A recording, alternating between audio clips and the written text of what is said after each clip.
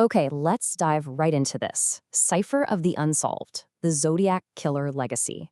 Today, we are unraveling a case that literally revolutionized modern true crime. I mean, it remains one of history's most chilling, enduring mysteries. We're going to skip all those wild rumors you hear on the internet and just zero straight in on the foundational facts of this dark legacy. Ready? Let's get into it. Here is the craziest, most terrifying reality about this whole thing. He was never caught.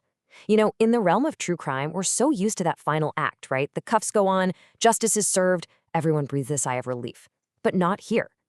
The sheer gravity of the Zodiac Killer's story is rooted in this massive law enforcement failure.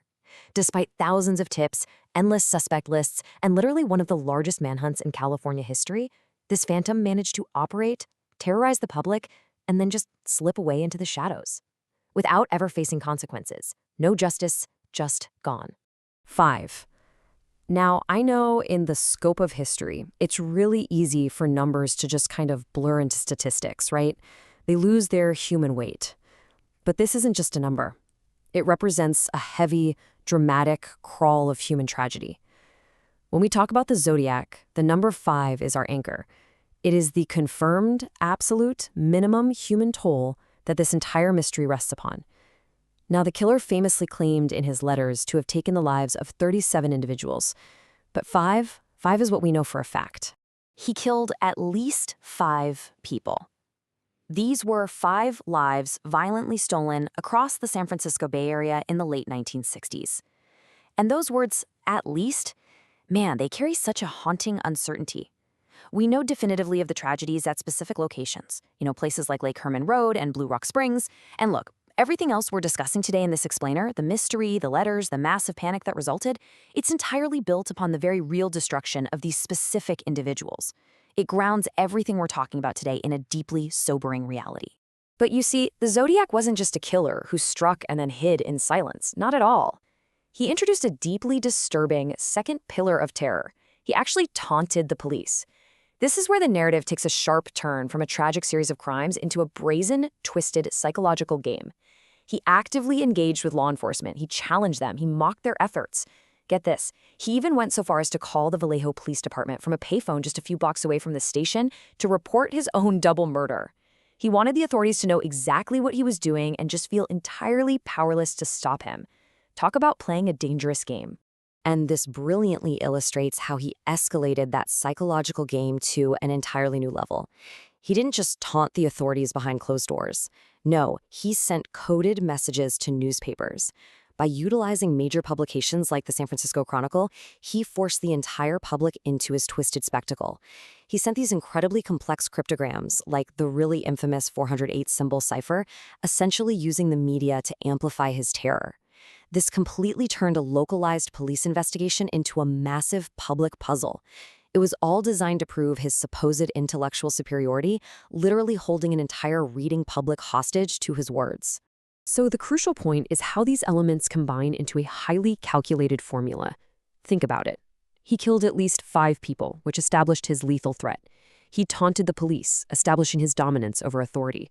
And then he sent coded messages to newspapers, establishing absolute control over the public narrative. Stacking these 3 specific actions together forms this unique pathology that completely revolutionized how serial killers interacted with the public.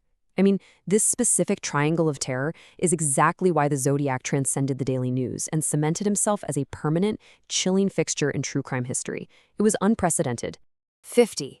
Much like the number 5 we looked at earlier, this carries an immense, ominous weight. But this is about the agonizing passage of time. Just think for a second about everything that happens in 50 years. We've seen entire shifting generations, massive leaps in forensics. I mean, things like familial DNA profiling that have famously solved so many other notorious cold cases recently, right? And yet, despite all those technological advancements, this huge block of time just stands as a testament to the enduring, unsolved nature of this case. It is just a shocking amount of time for a wound to remain this wide open. Which brings us right to this exact haunting quote from our source material. And after 50 years, he was never caught. This really brings our entire narrative full circle right back to our opening hook. Half a century has passed. What's so staggering to me is the stark contrast between the mountain of evidence left behind, the letters, the physical codes, the eyewitness accounts, and the total, complete lack of convictions. 50 years later, despite all those taunts, all those clues, the terrifying reality remains completely unchanged. The heavy weight of this unresolved case is perfectly captured in that single sentence. So, after half a century of unbroken ciphers and taunts, will the true story of the Zodiac Killer ever be solved? What you should really take away from this explainer today is that this is so much more than just a historical account of a series of crimes. It's a stark reminder of the limits of modern forensics and the truly enduring power of an unsolved mystery. With the foundational facts we've laid out today, the lives lost, the psychological games, the massive public spectacle, and that huge void of time that followed, the question just remains open.